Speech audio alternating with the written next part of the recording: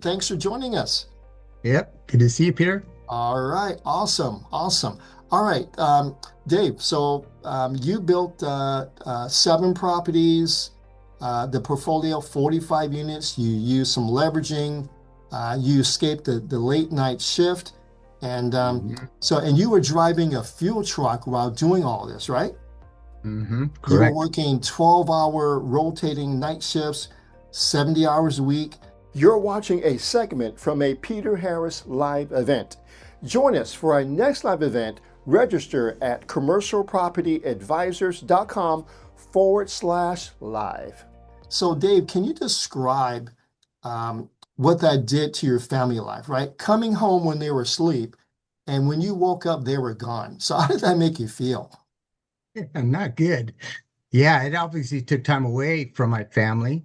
Also missing a lot of family and friends gatherings, especially during the holidays. It was brutal. Just not being able to be there when needed. So yeah, not good. I imagine during the holidays, you're driving your truck and everyone's there, right?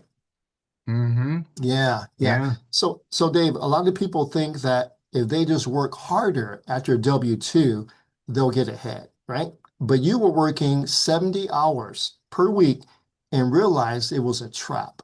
Okay. So what was the exact breaking point moment when you realized you had to find another way? So what clicked there? Yeah. Yeah, my income just wasn't keeping up with inflation. I mean, you may Mm, get 3 to 5%, for example, but expenses were going up and I wasn't keeping pace with that. As a matter of fact, the taxes were going up, so it was a domino mm. effect, getting less, working more, like you covered a little bit earlier, in most cases. So plus more taxes again, taken out. And that was the moment I realized I need to find another way. Some Yeah, had to do something. Yeah. yeah, yeah. And then that's when you called us. Correct. All right. Correct. Okay.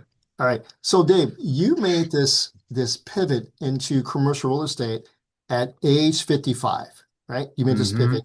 So many people in the audience are 40s, 50s, 60s, sometimes 70s, and they believe it's too late for them, right? It's too late for me, Dave. So what would you say to that person watching right now and that they haven't missed the window? What would you say to that person? Yeah, it's completely false. And you brought up some examples like, KFC, same thing, started way late, became successful. So definitely not too late. Find a mentor to help you mitigate a lot of the mistakes starting out and be coachable and learn. Hmm. Yep. And so I have a question in the chat. Adisa is asking, Dave, how long did it take you to build your portfolio? Yeah, it all depends. For me, it took probably 4 or 5 years. But I hustled. I was laser focused.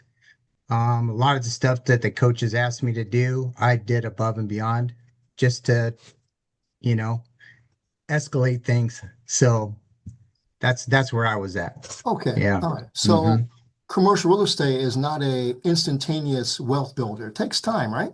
It takes time. Yeah. Hmm. Yeah. It's Hmm. definitely a marathon. It's not a sprint. Yeah. And Dave, you built this portfolio while you were working 70 hours a week, right? Correct. Hmm. And I'm Hmm. sure I'm waiting for the chat question is going to be, how did you manage all of this while driving a truck at night and owning all these properties? So talk to us about how you managed all that, Dave, the properties. Yeah. Well, obviously you build a team because there was no way with that schedule that I was going to do it, and being 2 hours away, one way to get to the area I was to invest in, there was no way I could do it. So, had to put a team together to do that. That's great. You rearrange your shift, right? So you can work at night and work during the day on your real estate portfolio. So what did your day entail? What can you share with them what to do during the day to be successful like you? What did you do? Well, what I did is because I decided to flip my schedule that way, I was able to contact with real estate people, um, PMs, brokers, so I could start building relationships, learning about the area. and I could do that during the day. So there was some give and take there. Gave up my nights so I can start scaling and get a game plan together during the day. That's great. So, Dave, give them some details on what did you do? So, you woke up, did you make phone calls? Did you talk with us? What did you do during the day to be successful, to get your first Mm, deal? What did you have to do? yeah. Yeah. Again, just like what you said, just made phone calls, gathered information about the area that once we decided where we were going to invest in and just build relationships, and then took that information, right? And started entering that data, learning about the market, calling the experts, right? To give me that data so I can start learning how to analyze, which we teach, and then go from there. Is it a good deal or a bad deal? Right. And then Yep. move forward. And as I was guided step by step by you guys, right? The mentoring part, I was able to get to that first deal. So, Okay.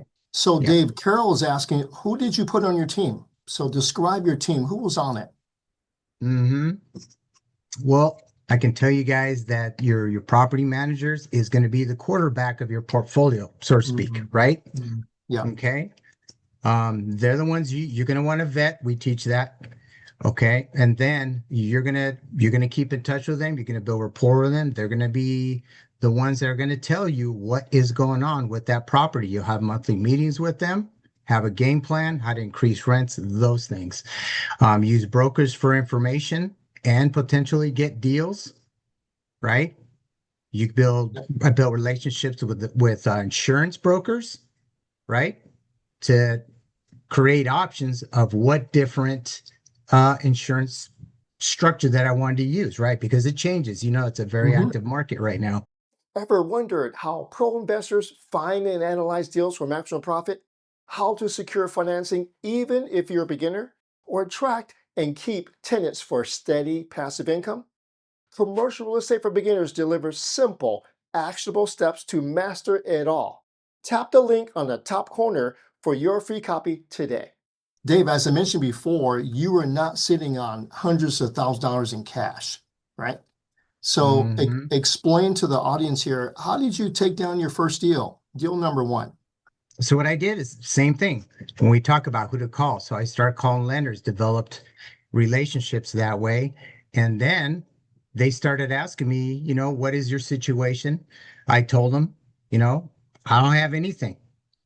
They said, do you have equity? I go, yes. What can I do there? And they said, how about a refi? And then they told me about how I could leverage that and use most of their money, which is a phenomenal concept, right? You use Mhm. 25, they're going to fund 75. I mean, that's a good deal to me, right? And then use that to leverage properties. And that's what we started doing. Yeah. So that's what I Yeah. did. So everyone out there, Dave funded his first deal with his own HELOC. That's how he got started, right? So you don't need $200,000 sitting in your account Yeah. and to do this business. So that's how you got started. And then, of course, over 4 or 5 years, this is the result, right? And hmm ladies and gentlemen, let me say this: after 4 or 5 years of Dave being very successful, we asked Dave to be a coach of ours because he did this so phenomenally. So as of now, Dave has been a coach for us for quite a while. So Dave, once you got your first few properties under your belt, you didn't stop, right? So how did you purchase the other properties? So walk us through that because we're looking at, I'll show the other properties, the pictures of other properties.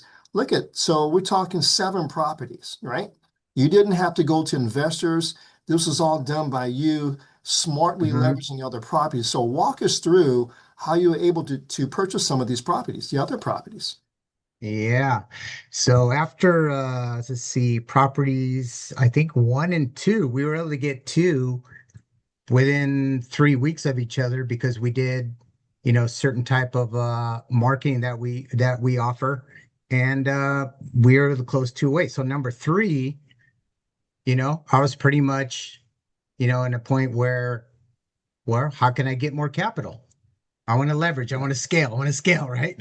I Yeah. got the bug, right? I learned how to go from beginning, going through the process and closing and going, man, this is awesome, right? So I go back to the lenders and they say, have you ever thought of a HELOC? And I go, no. Do tell, right? So they told me and they said, yeah, I think we can pull a little more and you can start leveraging. I said, fantastic. Now, of course, the numbers got to work, but that's how I was able to leverage. We did a HELOC, right? Very more simplistic than a refi, but we got to that point where we were able to scale for properties number 3. Yeah. So everyone listen up. What Dave did was Dave bought a property with his HELOC, and he was able to raise the rents, force appreciation, have it seasoned for a while. Then he pulled money out and he bought the next property, right? And he did this Hmm. for 5 or 6 years to free himself up from his job, right? So that's basically what he did. When you got started, did you think it was a great time, right? Because you're a huge believer in being a contrarian investor. So some people here have no idea what contrarian means. So what is it to you? What is a contrarian investor mean, and how did it benefit you? Admittedly, when you talk about was it a good time, I I did not. I did not think that. So that was kind of my Mm, little reservation. But that was because I was listening to the news, right? Not educating myself. Okay. So then, I would talk. I remember one experience. I remember I went to a couple meetups at the beginning and I talked to the big investor guy in the room, right? So he's there. I'm going to go talk to him. You know what? If he's done it, let me see if I can get some secret sauce, right? So I talked to him and I started telling him, but what about this? I sounded like an mm, excuse machine, right? And he says, yep, he just looked at me straight in the eye and he says, and I told him, well, what about, starting, this and that. And he says, you got to get rid of the excuses. And he said, the best time to start is now, period. He says, I yep, don't care what the market says. If a deal pencils, where you move forward with it. And he says you can learn that. And he told me, be the 5 to 10 percenters and be persistent yep, and tune out the noise, be aware of what's going on, but tune out the noise because that was a big deal for me. I remember driving home, listening to what that investor said. And he, of course, pointed out some times where, the world was crashing and he was getting deals. And I was like, yep, what? you yep, know? yep. How long did you continue to work your job before you quit? So how long did this whole Mm. thing take? Good question. Good question. Probably about 4.5 years or Okay, so. okay. Mm-hmm. To me, that's how long it took myself as well. So Mm-hmm. Nicole, it was worth every single year because if we didn't leave our jobs, we wouldn't be on this Zoom call talking to you all. So Yeah. so it took 4 years of dedication, and I could say that during those 4 years, I probably spoke to Dave once a week on the coaching calls, right? Once a week, gave me constant updates, making offers. And then voila, right? One got under contract and he Mm-hmm. closed on it, right? hmm Yep. Dave, looking back at the guy, right? You driving a truck at 2 a.m. in the morning, you're exhausted, you missed your family. How does it feel today, right? To know your home, your personal home is paid off, right?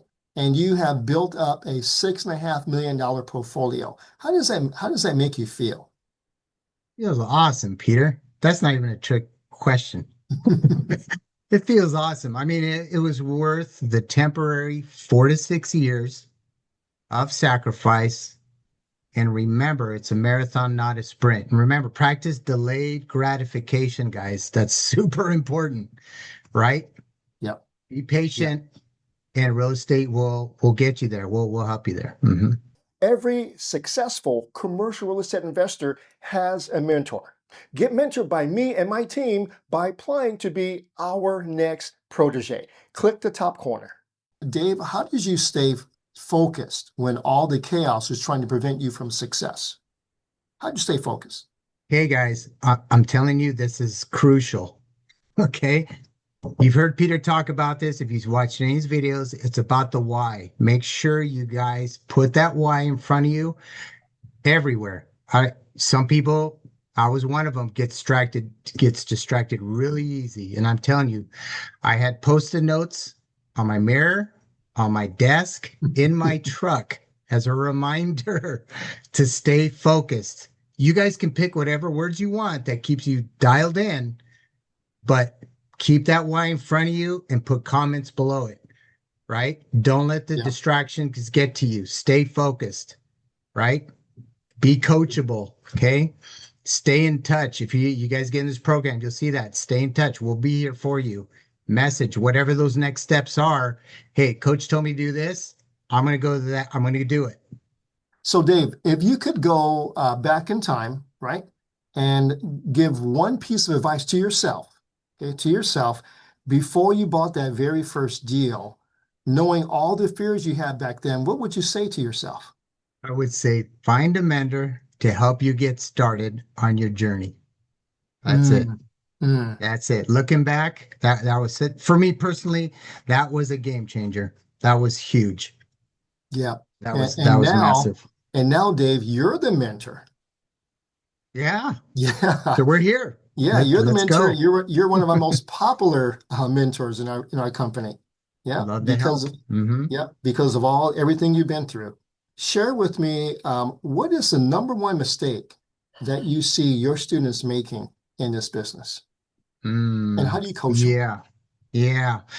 Yeah. Good question. And and this is huge, guys. And one of the things I don't see is that or what I see is not gathering enough info about a specific deal. So, guys, don't invest blindly.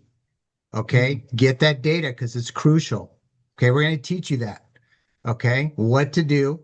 Okay. You guys got to go out and get it, but we'll help you. Okay. And find out what that data that's missing.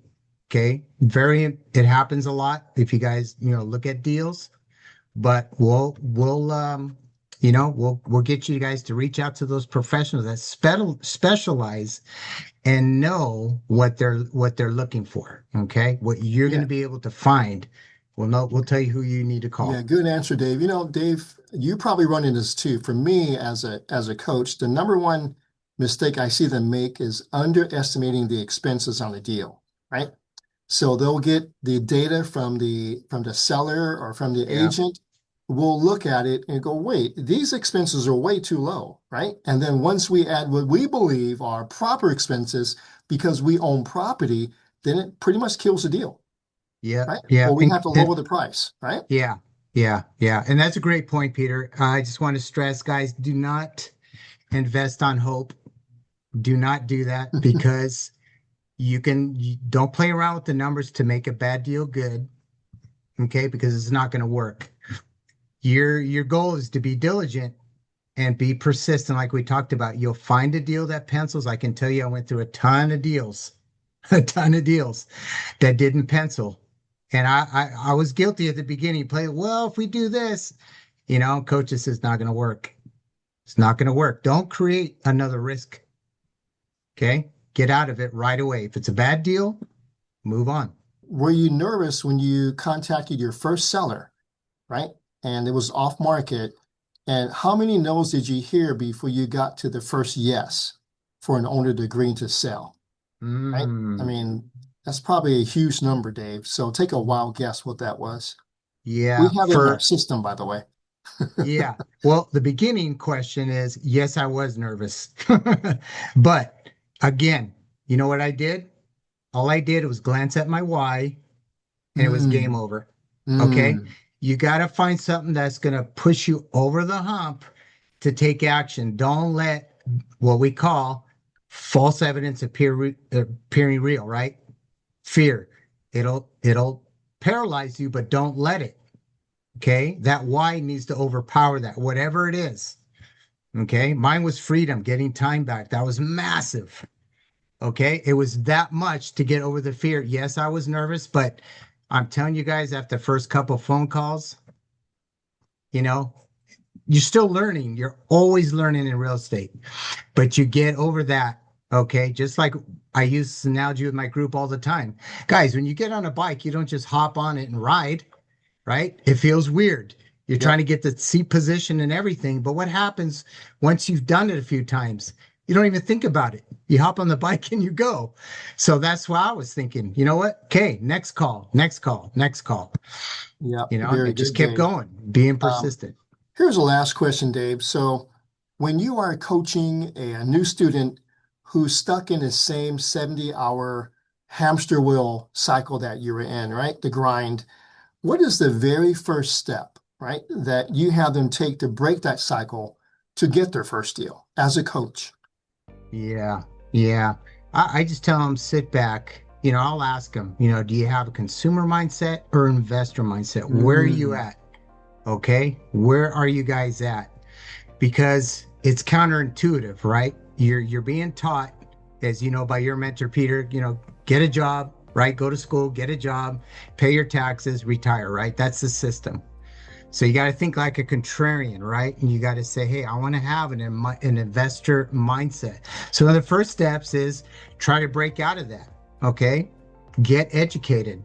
Okay. We have a lot of stuff there, but, find out, right? Because as a consumer mindset, you might be worried about costs. Okay. Can I afford it? You start asking these things that apply in, right? Because of the system, right? That causes fear. And you're just like, well, I want out or I can't do this. Okay. I'm telling you guys, if I can do this, you guys can do it. Okay. You had to shift my mindset. And this is one of the things I would challenge you guys. Shift your mindset. Focus on the benefits.